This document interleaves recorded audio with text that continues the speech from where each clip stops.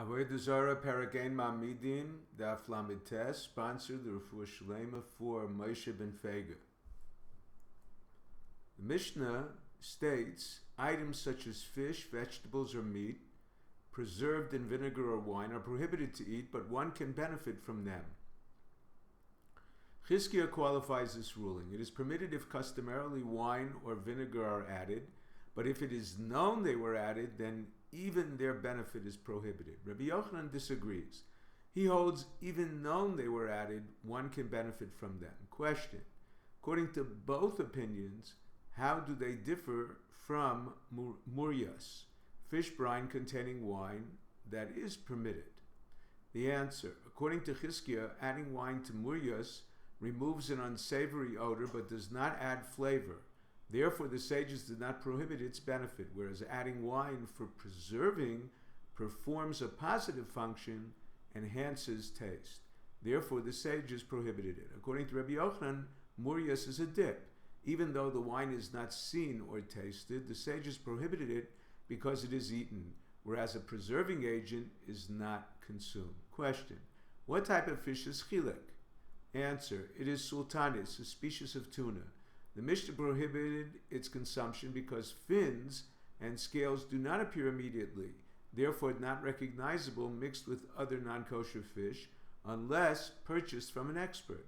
However, this fish caught in the Bav River was kosher because the riverbed did not promote the development of non-kosher fish until two other rivers, the Guza and Gamda, flowed into it. Rabbi Avo announced in Caesarea fatty fish innards and eggs can be bought from any vendor. Their market received fish from Plusa and Aspamia, where non-kosher fish were not commonly found. A Gemara in Chulin states, all land animals except one have their counterparts in sea creatures. Abaya teaches the donkey fish is kosher, whereas the ox fish is not kosher. Different chachamim permitted fish resembling those not kosher. Number one, Rabbi Akiva covered a fish with a basket, causing it to thrash. He examined the basket and found scales on it. Number two, Rav Ashi permitted a fish resembling an eel. He noticed thin scales by placing a white ball on it, clearly distinguishing its black scales. Number three, Rabbi Bar Khan examined the kosher chilek.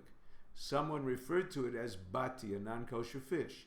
He examined it in the morning and found it mixed in with non-kosher fish. He declared Hashem protects the righteous. Question: why is chiltis, a sharp vegetable purchased from a Gentile, prohibited? The answer: they cut it with their knives. Generally, heat is required to emit forbidden flavors. Chiltis is different. The Ra explains the knife was greasy. Rashba explains the concern is duchka de sakina. Chiltis, a pungent item, draws absorbed flavors just by pressure of cutting. Even a detrimental flavor drawn out of the knife is improved. The Rishonim discuss if it applies to other pungent foods such as onions, garlic, and radishes. Rabbi Yochanan permitted purchasing chiltis from Levi's servant even after his death. Eved chaver kechaver, his servant was assumed to be as meticulous as his master. However, it was not permitted to purchase from an amoritz or choshud. Same applies to a wife of a chaver. She and her family can be trusted, or even a marketplace that has a reputation for selling authentic tchelis can be trusted until some suspicion arises. General rules of chavrus: a wife, daughter, or slave of an amoritz must formally accept rules of a chaver. If these originally were related, married, or worked for a chaver, and then an amoritz, finally returning to a chaver, Reb Meir does not require a formal new acceptance, whereas Rabbi Yehuda does because time with the amoritz undermined their former training. Rav holds one who transports with an idolater a slice of fish, meat, wine, or techelis requires 2 seals.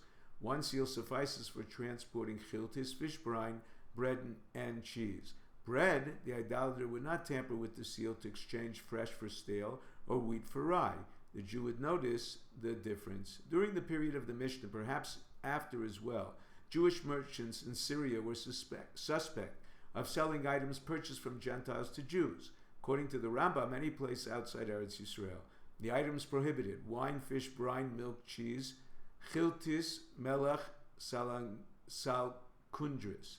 Unless the seller is known to be reliable, the Jew is a guest in his house or sends it as a gift. He was suspect to sell, not to consume. Melach, sal kundris, Some hold only the black colored, some hold only the white colored, and some hold both are prohibited. Reason, they are either mixed with fish innards or smeared with lard. If you're enjoying Daf 5, please click on the link below, subscribe and become a sponsor. Thank you. Have a good Tvach, a Shvua Tov.